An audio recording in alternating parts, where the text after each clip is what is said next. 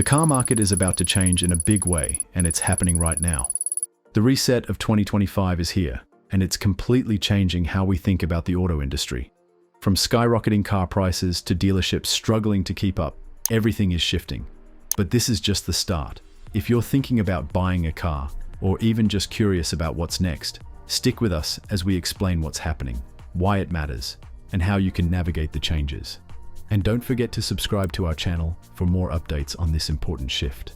In recent years, the automotive industry has faced significant challenges, including soaring vehicle prices and a growing pile of unsold inventory. High production costs, poor lending practices, and shifting consumer behavior have caused vehicle prices to inflate and led to a backlog of cars sitting idle on dealership lots. One of the most notable issues is the steep rise in vehicle prices, especially with dealerships adding hefty markups, particularly on already expensive models. Electric vehicles, which were initially seen as the future of the automotive industry, have been priced $20,000 to $30,000 above their manufacturer's suggested retail price, making them out of reach for many consumers. Companies like Rivian and Lucid, once leading the EV market, have seen their stock prices plummet in 2024, with Rivian's down 55% and Lucid's 48%. As consumers become reluctant to pay inflated prices for what were once considered luxury options, dealerships are left with mounting unsold stock. The combination of rising production costs, high prices, and a mismatch in supply and demand has resulted in a growing inventory backlog, creating a challenging situation for dealerships. As the automotive market faces this crisis, the anticipated car market crash of 2025 appears to be drawing near. The signs of a major collapse are evident, with factors such as inflated vehicle prices, outsourced production, and poor interest rates continuing to worsen the situation.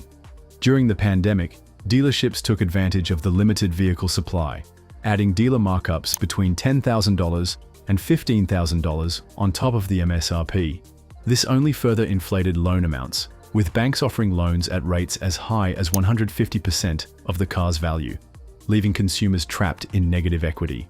Currently, the national average for negative equity stands at $7,200, meaning most car owners owe more than their vehicles are worth.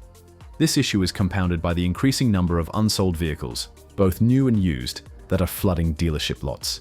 At present, over 3 million new vehicles and 2.2 million used vehicles remain unsold, creating significant pressure on dealerships to resolve the crisis. Full-size SUVs, like the GMC Denali Yukon, are facing significant challenges due to rising prices.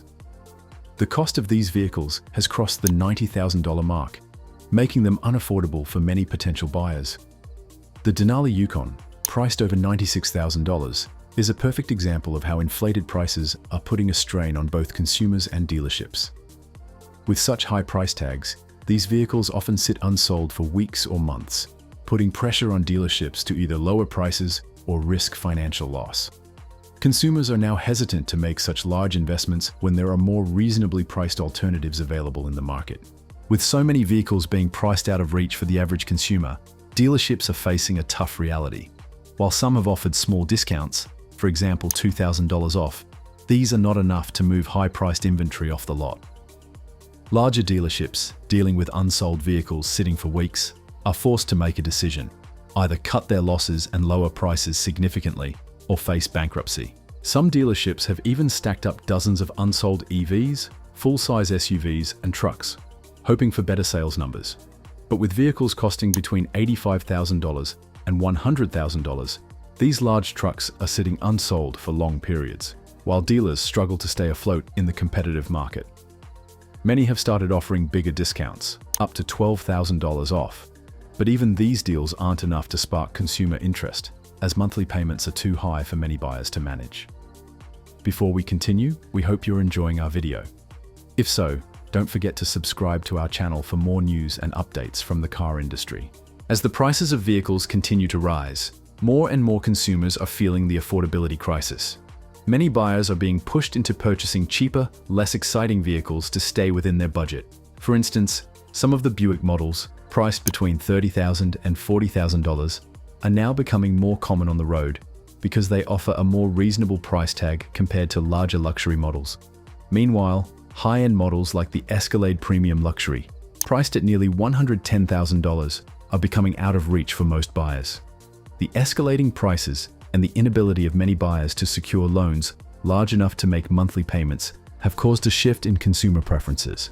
The pressure to purchase larger, more expensive vehicles has left many buyers feeling frustrated and discouraged. The problems in the automotive industry aren't confined to dealerships and consumers alone. Even major manufacturers like Honda are feeling the strain. In recent years, Honda's reliability ratings have taken a hit, impacting the company's bottom line. Honda's partnership with Nissan and Mitsubishi is an attempt to improve its position and capitalize on the strengths of each brand. Nissan has long struggled in the US market, and by merging with Honda, both companies hope to streamline operations, cut costs, and expand their reach.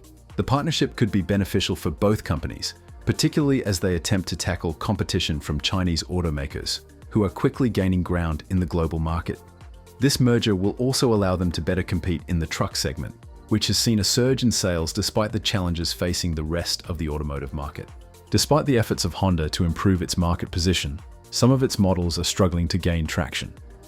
The Honda Ridgeline, for example, has seen slow sales, with many dealerships only carrying a handful of units at a time. Even when offering discounts like $5,000 off the price of a $45,000 Ridgeline, the vehicle still sits unsold for weeks. This lack of interest in the Honda Ridgeline reflects a larger issue for Honda in the competitive truck market. While the Ridgeline is a solid vehicle, many buyers are drawn to other brands with more established reputations and stronger sales histories in the truck segment. Overproduction by manufacturers is a key factor behind the dealership crisis. The automotive industry ramped up production in hopes of high sales, but now, with unsold stock piling up on dealership lots, manufacturers are forced to cut production to prevent further inventory buildup. This has led to layoffs at factories and parts suppliers due to decreased demand. To clear inventory, dealerships are offering steep discounts on trucks and SUVs, but even with $8,000 off, these vehicles are struggling to sell. Meanwhile, more affordable models like the Chevy Equinox are seeing steady sales, as their price points are more accessible. The 2025 automotive landscape is marked by turbulence, inflated prices, sluggish sales, and growing consumer frustration. Dealerships are burdened with unsold inventory, while buyers struggle with the financial weight of overpriced vehicles. Many are now questioning the value of new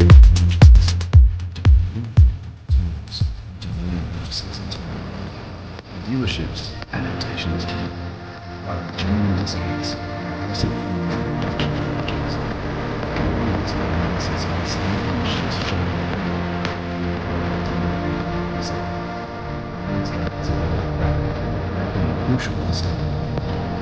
What do you mean?